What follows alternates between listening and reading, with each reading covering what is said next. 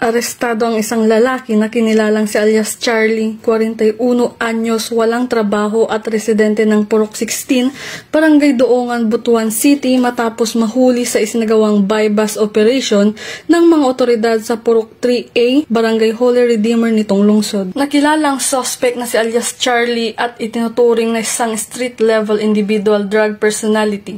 Sa operasyon, nakumpiska mula sa kanya ang tinatayang 1 gramo ng hinihinalang shabu na nagkakahalaga ng humigit kumulang 6,800 pesos at ang 500 mark money na ginamit sa bypass. Matagumpay ang operasyon na pinangunahan ni Police Captain Moises Macalolot ng Station Drug Enforcement Unit kasama ang mga tauhan ng Butuan City Police Station 2. Sa ngayon, nakakulong ang suspect sa detention facility ng Butuan City Police Station 2 at nahaharap sa kasong paglabag sa Republic Act 9165 o Comprehensive Dangerous Drugs Act of 2002. Ang masigasig na kampanya ng pulisya laban sa iligal na droga ay mahalaga upang mapanatili ang kapayapaan at maiwasan ang kriminalidad. Bawat operasyon ay nagiging simbolo ng pangangalaga sa kalusugan, seguridad at kinabukasan ng mamamayan tungo sa maayos at ligtas na bagong Pilipinas.